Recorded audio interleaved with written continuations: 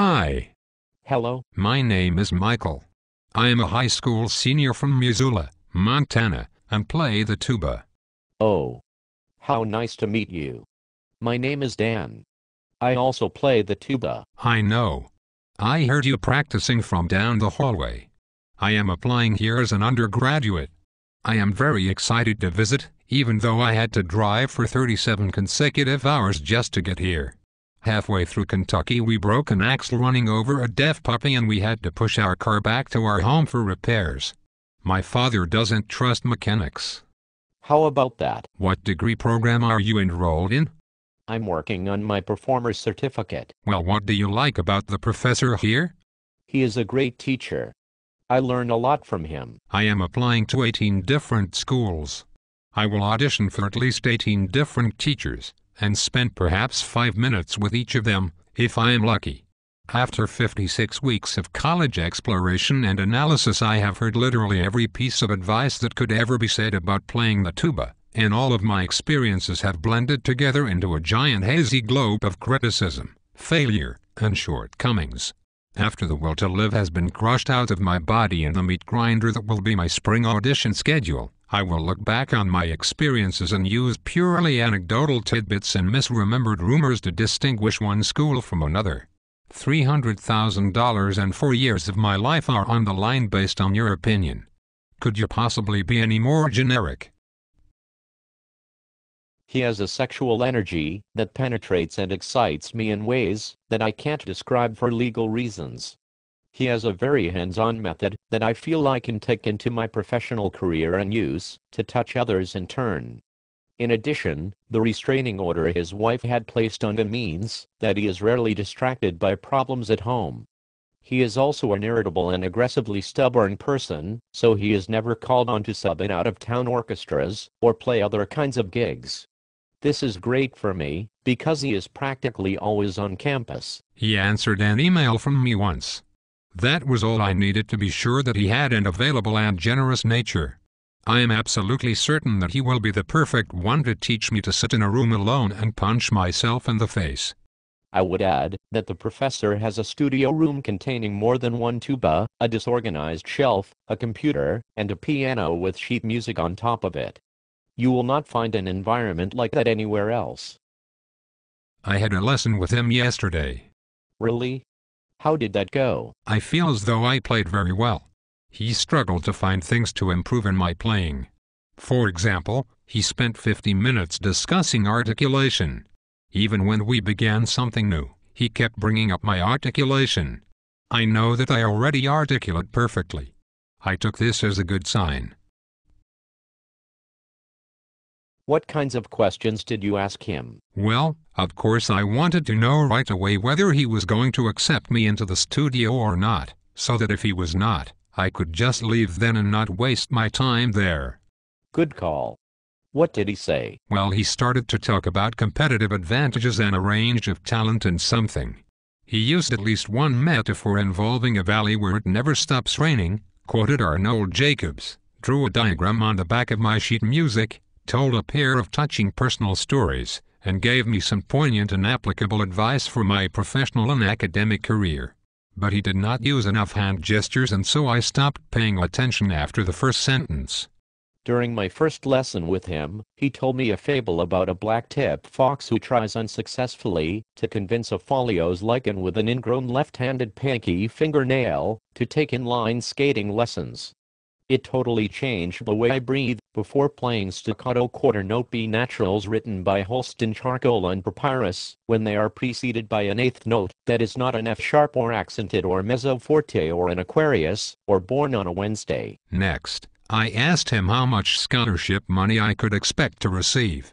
My private teacher always tells me that I am a commodity, like oil, but also that I have to sell myself, like an unattractive prostitute. Musicians and prostitutes have many things in common. For example, we both work on Sundays and on Christmas. We are the world's two largest consumers of lubricants. Both jobs are fallback careers that require basically no training, you just have to have the goods. For us that means we have to own an expensive tuba. I never thought of myself that way. I had always assumed that, as a musician, I was the lowest form of human, forever chained to the base rung of the social ladder. But now that I know that I am actually in the same category as prostitutes, my life has meaning. Why did you originally decide to come here and not to one of your other school options? I saw this school as a place where I could truly be myself. I need a school, a city, and an atmosphere where my individuality is not constrained. I'm thinking specifically of this state's particularly loose gun laws, harsh immigration policy, and death penalty on homosexuality. I want to live in an environment with other individuals who are violently suspicious of people who are not copies of themselves. This is truly a special place. I know that sometimes other professors go out of town and occasionally allow graduate students to teach classes and lessons. I feel this can be a valuable asset as it allows students to learn from one another and gain multiple perspectives on music, as well as building relationships and enhancing teaching skills even though the undergraduate is not learning with a named professional. As a graduate student, what do you think about that? As a graduate student, I know that I'm a better player than you. Therefore, there is nothing you can teach me. I already play all of the notes right. I am so struck by your seniority that I am immediately switching my opinion to match your superior wisdom. Your experiences and pedagogical knowledge absorbed through lessons with many professional musicians mean absolutely nothing to me because I have slightly more of those experiences. I have been enrolled in school working on performance degrees for the last 9 years, during which time the passion and organic quality to my music has been crushed out of me like a ripe tomato being run over by a tank. Now, I gain pleasure watching my students fail. The heartwarming power of watching students whose passions, struggles, and joys I have shared and finally succeed at making art is secondary to making your life absolutely miserable. I will criticize anything you do, whether it is right or wrong, until you are thoroughly convinced of my expertise, and borderline suicidal at your lack of understanding and mediocre progress. When you try to have your merit scholarship renewed, you will fail, and more money will be available for me. You sound like an excellent person to take advice from. You must be a highly accomplished player and a force on the audition circuit. Have you ever auditioned for any orchestra jobs? The market isn't right yet. I'm biding my time until air travel prices decrease. That is never going to happen. You should audition for an orchestra job. The market isn't right yet. I'm biding my time until there is a smaller pool of applicants. That is never going to happen. You should audition for an orchestra job. The market isn't right yet. I'm waiting for my remaining cash to run out, so I'm more motivated to succeed. I work well under pressure. That is a very original strategy. You are clearly a cutting-edge innovator. But you should still audition now for an orchestra job. The market isn't right yet. The Big Five orchestras all have tuba players younger than 60 years old. I'm biding my time until a major orchestra position opens up. Taking any position less glamorous would devalue my years of work and deflate my ego. I refuse to audition for any job whose contract does not involve the words $10 million a year, honorary doctor of awesome, and shy yet curious Taiwanese masseuse. None of those players will retire in the next 30 years. You should audition for an orchestra job you have a chance in hell of winning. Actually, the Hell Symphony Orchestra based in Hell, Michigan, recently filled its principal position after drawing 1,700 applicants.